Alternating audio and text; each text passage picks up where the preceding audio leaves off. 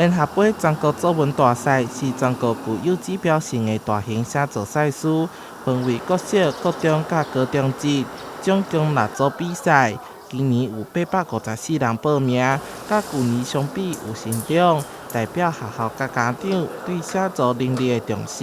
平常就是喜欢阅读，然后对作文也蛮有兴趣的。那我们家人其实都还蛮注重他们的一个文学的培养的啦，也希望他讲话也会比较得体，所以只要有比赛，我们都会希望让他多参加。今年的作文题目分别是国小拍照好康我的收藏品，国中爱写出青春不迷惘、志刚经验谈以及社会万花筒。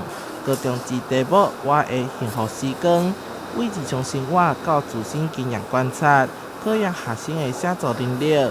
作答时间60分钟，差点没写完，时间根本不够。题目是我的收藏品，然后就写自己就是特别喜欢的东西。联合报来办理这个比赛，是能够提升我们孩子在未来准备国中教育会考作文的能力。那事实上，目前的国中教育会考是呈现有些学生能够达到6级分，那今年的部分只有不到1%的学生能够达到这样的水准。那我们希望说，能够透过每年的作文比赛，让孩子能够先有经验，然后就自己的生活经验来结合自己的一个本身的写作能力，来提升这个写作的素养。决赛将在12月3号举办，每一组选出第1名到第5名，以及30名加做参加。